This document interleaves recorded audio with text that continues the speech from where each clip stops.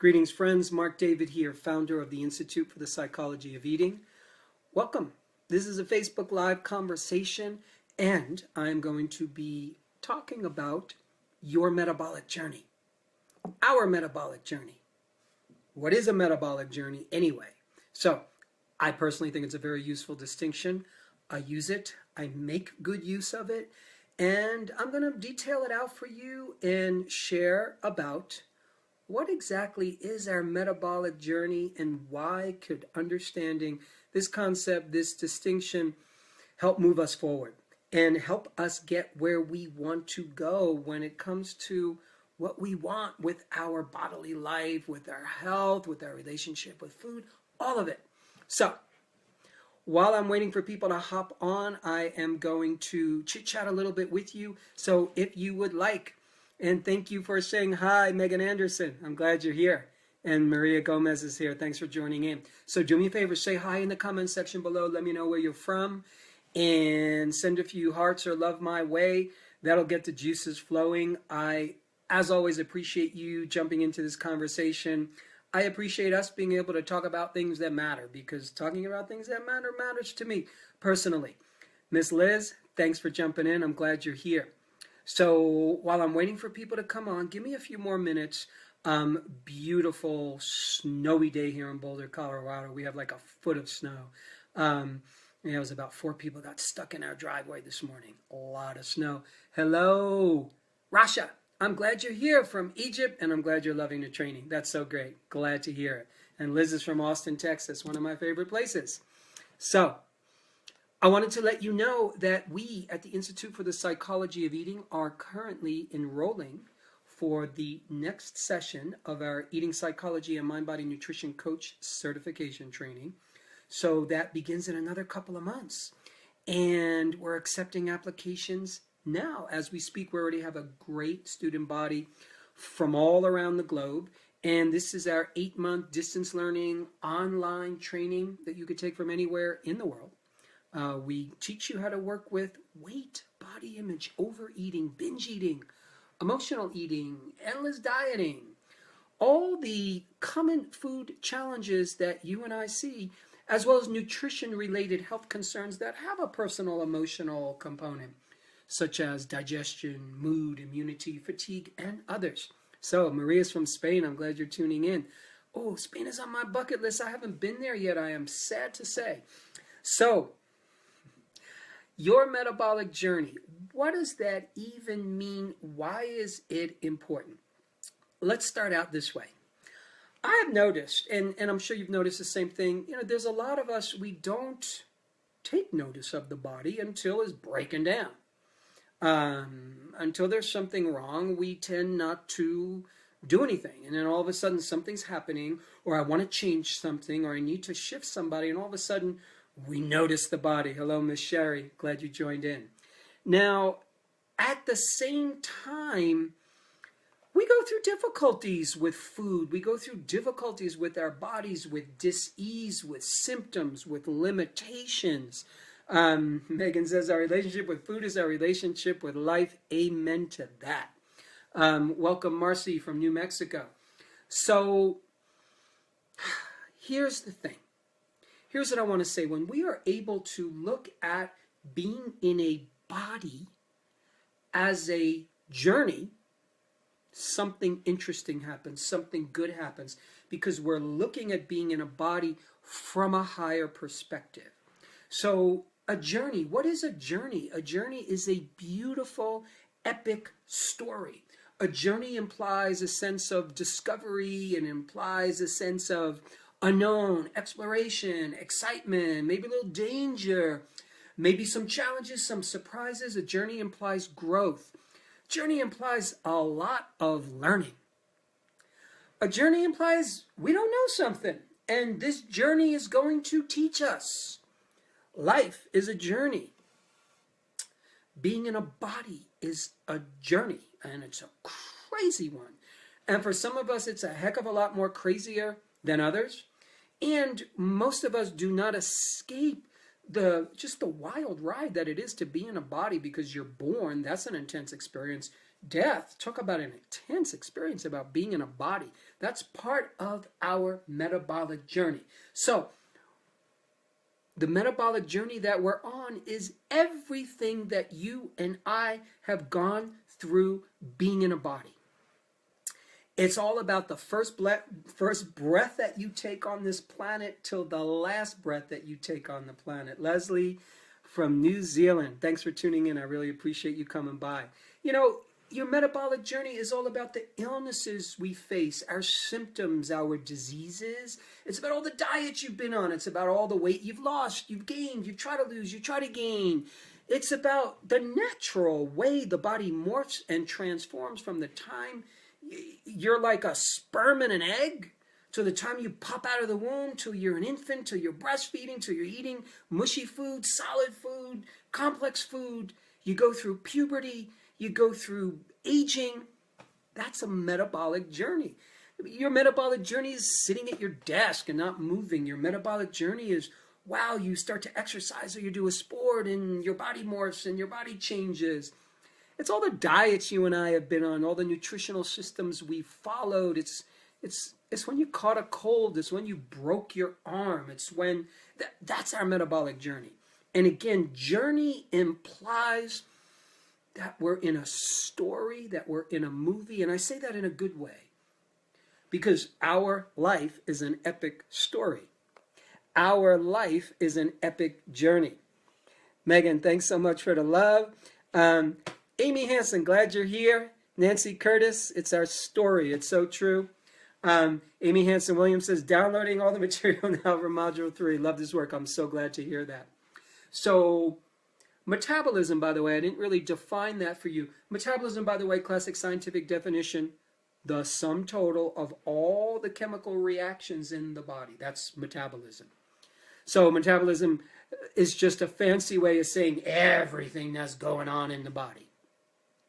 So, you know, these days you hear more of the hero's journey. That was a concept popularized, you know, probably 20, 30 years ago, you know, through the book Hero with 1,000 Faces, Joseph Campbell.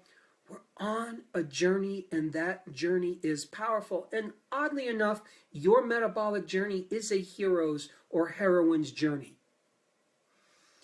Meaning it's not easy being in a body, friends. Let's just own it. It's not easy being in a body. You go through pains. You go through nagging things.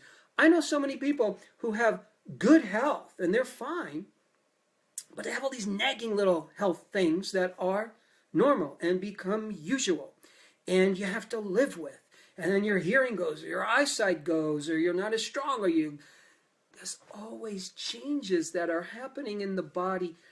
How do we respond to that? How do we respond to that in our heart, in our soul, in our intellect? How do we grasp it? How do we relate to it? What's often happening is people are going from one bodily experience to the other. My new diet, my new exercise plan, my new whatever resolutions for the New Year's about what I'm going to do with my body. And it becomes very compartmentalized. And we forget to see the big picture sometimes.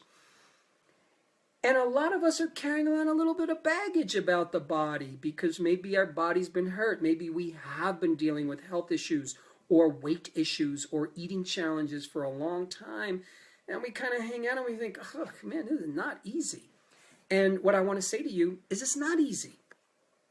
Our metabolic journey is not necessarily an easy one. Amy Hansen Williams says, we need to learn to love our story no matter what it is. Thank you for jumping in and saying that. So true. If you don't love your story, who will? You know, when we train our students in eating psychology coach, mind, body, nutrition certification training, we're training them to love your client. But when I say love your client, love their story. Be fascinated by their story, because if you pay attention, if we pay attention, if I pay attention, stories are fascinating. People's lives, you give me what 1,000 people might say, that's the most boring person ever. Give me 30 minutes with that person, I will be fascinated by them. Because you have to be fascinating if you're a human being alive on planet Earth. You've gone through some Amazing things. So falling in love with our story is very important. Falling in love with our metabolic story, which in other ways say our metabolic journey, also good. To remember that whatever you've gone through with your health, whatever you've gone through with your weight or continue to go through, can you bless it as opposed to curse it? Can you honor it as opposed to dishonor and judge it? Can you embrace it rather than resist it? Can you see the wisdom in it rather than beat it over the head and be pissed off that it's in your life? That's what I'm calling our metabolic journey. We have to start to love that story. And when you help your friends, your loved ones, yourself, obviously, your clients do that, whew, something beautiful happens. Because one of the greatest things we could do is fall in love with our own story. And let me state that another way. One of the greatest things we can do is to fall in love with the same story that we were looking at as a terrible one. And who wants to see that movie? And my life sucked. And look at my awful past. When we can learn to see that in a different light. When we can learn to see the beauty in it, the wisdom in it, how it's been here to teach us. Woo! We have, in that regard, it's kind of like a soul victory, a spiritual victory, a moral victory, a character victory, whatever you want to call it. So, I'm a spiritual guy. I believe in a higher power. But if you're an atheist, it doesn't matter. Think in terms of character, ethics, moral development. When we're able to look back on our life and pull out the wisdom from it, what a beautiful thing. So when I'm with a client, that's exactly what I'm doing in every single moment, even when I'm not saying it. I am listening to their story and I'm making their story good. I'm making it right. Now, when I say I'm making their story right, I'm not justifying bad things that might have happened to that person or were done to that person. No, I'm making it right, meaning this is what happened. Let's just embrace this has been your journey. This is your story. Let's somehow assume there's usefulness to pull out of there. There's gold in our story. When we discover the gold in our story, woo, we're wealthy in a whole different kind of way. Agnieszka says, the journey is not easy sometimes. Man, the journey is hard sometimes. Sometimes the journey is so impossible people kill themselves. That's how hard the journey is. People suicide themselves because their physical pain is too great. People suicide themselves because their emotional pain is too great or their spiritual pain is too great. It's not easy. It's not easy being here, and it's hard because, one of the memes that we keep hearing is like, be happy, and everybody's happy on social media, and that's fine that we put out the happy face. I'm cool with that. But I'm also equally cool saying, wow, is this hard? When it's hard. That's okay. Because when we embrace that, we could actually move forward. We could actually start to see things clearly. We could actually get things done. Nancy Curtis says, not being in the body may be a bit strange. How true that is. There's a bunch of great comments. Melanie, thanks for tuning in. I'm glad you're here from Canada. Rasha says, accepting our journeys and need acceptance and confidence. When we start to love our journey, acceptance, confidence, trust is born. I think we forget what feeds the body sometimes. We get stuck in nutrition as that which feeds the body. We get stuck in vitamins and herbs and good medicines as that which feeds the body, and it's true. 100,000% true. Good food feeds the body. Trust feeds the body. Self-acceptance feeds the body. Looking back on your journey and blessing it feeds your body. Looking back at your life and just embracing, yes, this has been my life. Man, has it been tough, but let me wrap myself around it and say, this is the life I was supposed to be living as opposed to I should have been someone else. Pains me to hear when people say, this is not my body. This is the wrong body. It's not supposed to be like this. This fat stuff, it's not me. Okay, who is it? I get there's a level where we are not our body. I can go with that. But as long as you're in your body, you might as well notice that you're in a body. And you might as well get that, man, you gotta own it in a big way. You gotta embrace it while we're here, while we're in a body. We gotta be in it. We have to accept it. We have to remember that there's a higher purpose to all this. And we don't always know what it is. We can't always decipher it in the moment. But if you look at it as a journey with a capital J, and you look at it as this is my hero's journey through my bodily experiences, through my challenges with food, through my eating issues, through all of it, when we approach it with that spirit, only good things happen. Healing is more forthcoming. Liz Rivera says, agreeing to be here. You know, it's so true. A lot of us are here and we're not here. We're alive, but we're not fully agreed that, yes, I'm doing this. I'm doing this planet Earth thing. I'm doing this nonsense. I'm going to pay the rent. I'm going to educate myself. I'm going to tie my shoes. I'm going to eat today. I'm going to do the things that one needs to do to have a life and maybe even have a good life. A lot of people are sleepwalking through it. A lot of people are just absent to their experience and to their existence. And by the way, the only reason why we do that is because that's how we've been cultured, trained, raised by the world. Because embodiment can be so hard that we kind of check out a little bit. Mike, I'm so glad you're here. Maria, I totally agree. Everybody has a fascinating story. Lovely to hear your wisdom again. Enjoying the amazing energy. Thank you so much. Thanks for the love, Emily. And Kalpana says, self-acceptance feeds your body. Isn't it so true? Megan says, this is my body and it's all stored energy. You know, we are given a package of energy, and that package of energy takes you through a lifetime. And I think part of our job is to respect that package of energy. Really respect it, to love it, to honor it, to nurture it, to not go overboard and be so perfectionist about it, because when we do go overboard and we try to just be perfect and over sharpen the situation, you know, you over sharpen a blade and it actually weakens. You push the body too hard with exercise, with food, with concepts, with this, with that. It makes us crazy. So it's an interesting fine line, my friends. It's part of our metabolic journey. On the one hand, we really got to pay attention to the body. You got to pay attention to what you eat and what you put inside the vessel. But then in another way, you got to let it go sometimes. And there's going to be times when there's just toxins coming in and whew, there's nothing we can do. Nancy Curtis says, be a joy seeker. Good for you. And we need to remember to trust the future, says Nadej. You know?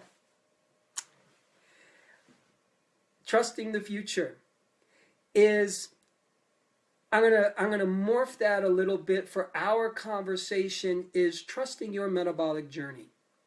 Trusting that the journey that you're on with your body just might be the right one for you, for what you need as a soul, for what you need to learn, to grow, to develop, to advance your character. Because if we look at our bodily experience that way, then we stop being victims and we stop the ineffective strategies. Because what happens is when we're going, oh my God, I have this eating challenge, I'm overeating or I'm binge eating or I'm emotion eating, this is terrible, I got to stop this, I got to use my willpower, I got to force myself. And when we go into that anxiety state, that stress state, we literally think different. Brain chemistry changes, body chemistry changes, nervous system function changes when we are in stress, anxiety, fear, or upset. And what happens is the higher cortical functioning of the brain, which is where executive functioning happens, big decisions, integration, wisdom coming down the pike, that part of the brain kind of goes on hold a little bit when you and I are stressed, because you don't want to be solving huge, global, deeply personal issues when the lion's chasing you. When a lion's chasing you, you want to be aware of like details about, am I going to trip over that rock? Can I grab that stick and hit the lion? Do I need to run faster? Am I bleeding? Am I dying? That's what you're worried about when you're in stress. So if you try to make important, wise, prudent decisions from that place, if we're freaking out about our body, or freaking out about our relationship with food, we usually don't make the best choices. Which means we usually end up dieting, and usually end up in another nutritional system, or believing somebody's false promise. So, how do we learn to love our journey? You know, one way we do this with clients, one way we recommend to our students, you know, I'll often have a client write down their if it's a food-related challenge, you know, write down your history of your relationship with food, just everything you can remember. Write down an autobiography of you and your body. Everything you can remember going through about being in a body, the hard times, the good times, the times when you first felt pleasure, the times when you first felt intense pain, the times when you felt afraid for your life, the times when your body got stronger, weaker, sick, you thought you were going to die, you got empowered. And when you get people reflecting back on their metabolic journey, and then they talk about it with you, they share about it with you, you can start to pick out the wow in their story. You can pick out the, oh my goodness, you've been through that? Wow. You've been dieting that many years? Wow, that's incredible effort. You've been dealing with this challenge for this long? Whew, no wonder you feel burdened. Wow, and that was your upbringing, and that's what you had to contend with as a kid? Whew, good for you that you made it and you're standing here. You can find the beauty in somebody's story when you reflect that back to them and people start to absorb that and feel it and see it. It makes people want to be here. It brings in a sense of pride, joy, understanding, wisdom that, oh, my journey hasn't been just random and chaotic. There's a meaning to it. There's a goodness to it. Because we often get taught to not bless our own journey. Psychology is often teaching us to fix your journey and fix your past and get angry at this one and be more happy about that one. And that's fine. That's all good. And there's a place where there's nothing to fix. There's a place where it's just embracing it, blessing it. And when I say bless it, you can take that in a religious sense, but blessing just means looking at it and saying, this is right, this is good. This has been good for me. I accept that this happened to me because it was my past anyway. It's my journey anyway, so you might as well embrace it. When you're sitting with someone who doesn't accept themselves, who doesn't like themselves, you'll either notice that or you'll experience something that is incongruent in your own system as you're talking to that person. If you're talking to a person that doesn't love and accept themselves, in fact, they reject themselves, you will either notice it or you will feel a sense of incongruency because in the scheme of things, it doesn't make sense for a human to reject its own self.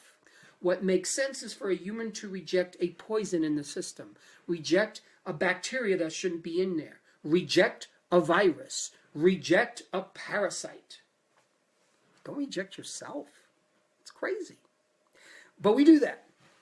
We're self-rejecting creatures, and we're unlearning that.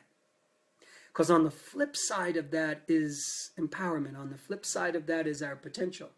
On the flip side of that is a lot of good things. Marcy is saying, anyone else having trouble getting audio? Wow. If there is anybody having trouble hearing the audio in this, would you please say something in the comments section below? I will have my team look at that. Liz says, what helps with the past is accepting that it has happened, not so much accepting what happened. Beautiful. Thank you for that distinction. So you don't have to love everything that happened. In fact, you might dislike it. but you can still accept it as so, as part of the journey, and then you breathe it in, you alchemize it, you turn it into nutrition in your system, or you excrete it out. One of the two, doesn't matter. Rasha says, yes, some trouble in audio. Wow, interesting. I am sorry to hear that. Could be the weather here, because there's a major snowstorm happening. Anybody else having trouble hearing the audio? Either way, my friends, hopefully when we remix this after this finishes, we'll see what happens to the audio, but there, this will be available as replay on Facebook. So hopefully that will get handled, my friends. Okay, some people have good audio, some don't. The metabolic journey of life. Sometimes we hear stuff and sometimes we don't. My friends, part of why I get excited about this is that ask yourself a powerful question. Look back on your metabolic journey. Look back on your journey of being in a body and ask yourself, what has it taught you? What have you learned really? Really, really, really, really. What has it taught you? In a good way, in a challenging way. I'm glad. Okay, most of the audio for most people are good. Snow here in Missouri. Okay, I shoveled a bunch today. It was fun. Barbara says, hearing you clear in Oz. Thanks. Like, really? Like, where the yellow brick road? That Oz? That's kind of cool. So, what has your metabolic journey taught you?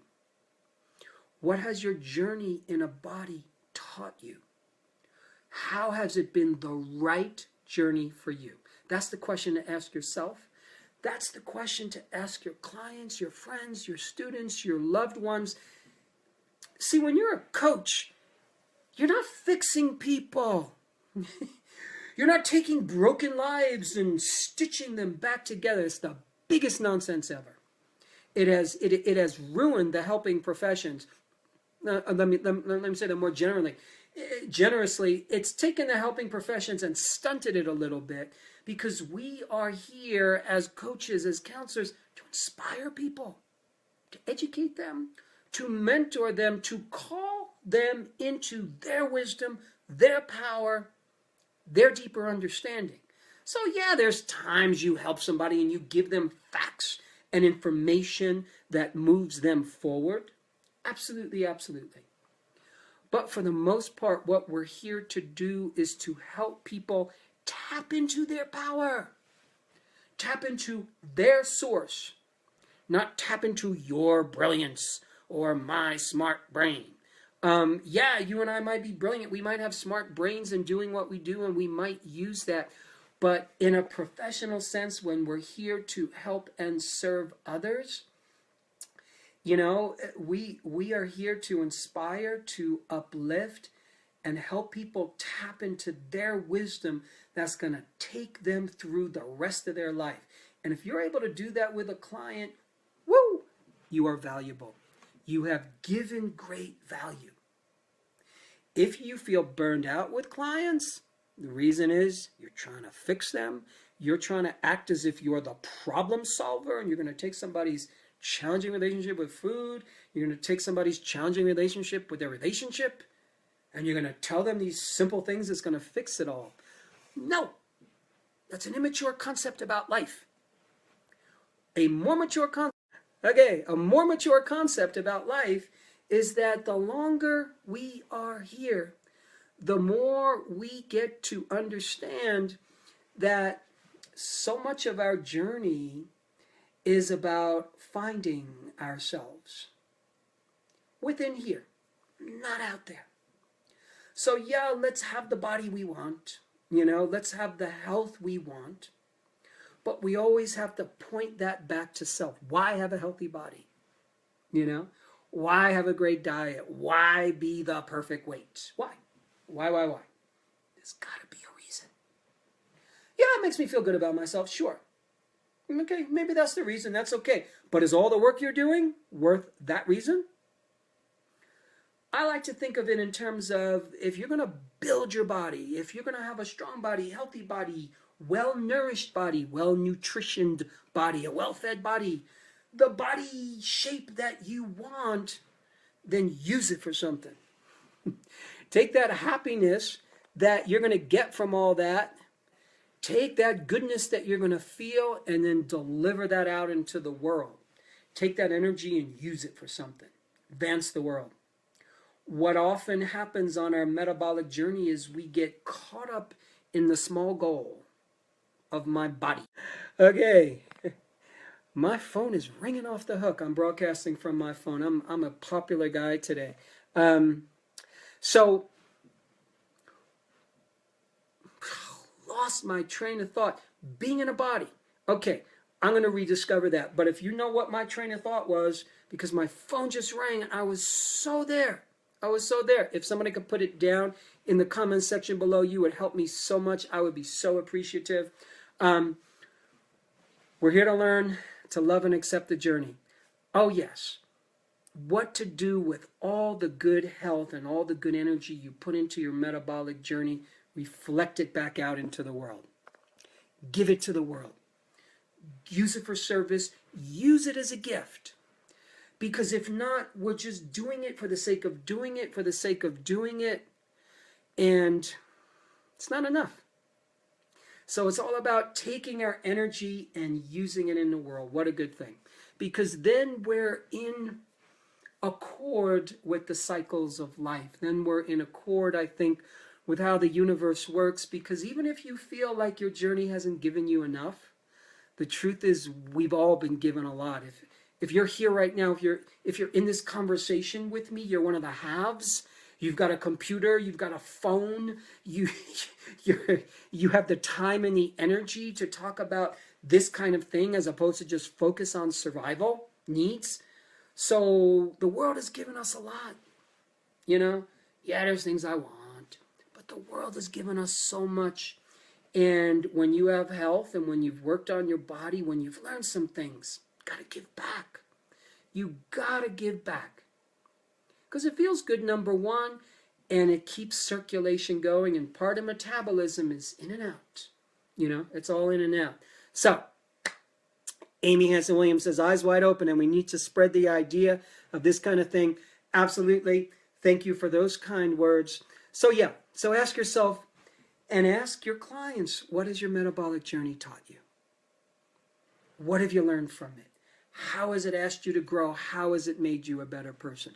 This is the context, my friends. This is the context that we use here at the Institute, that we use to look at people and their challenges with food.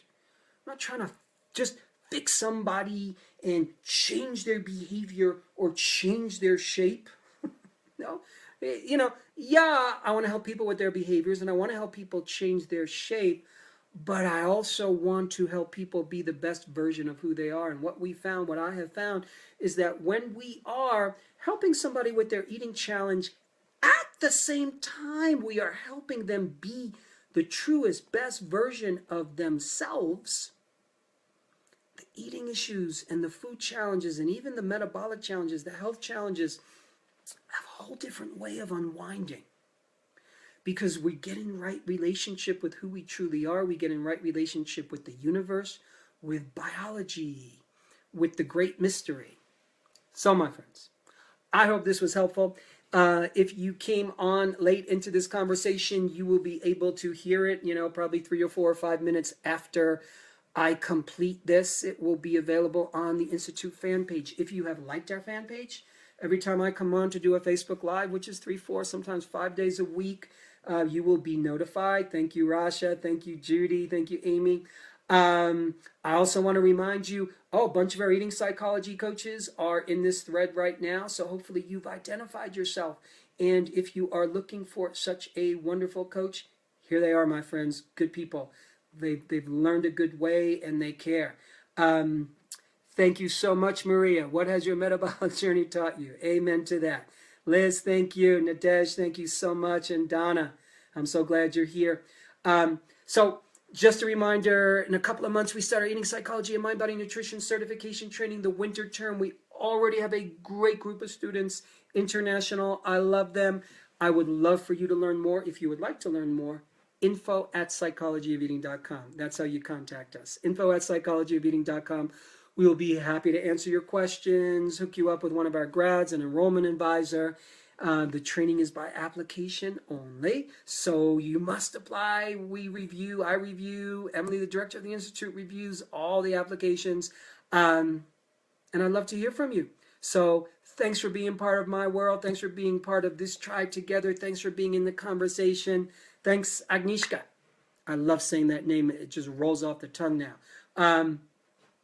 I really appreciate you all, and more to come. Take care, my friends.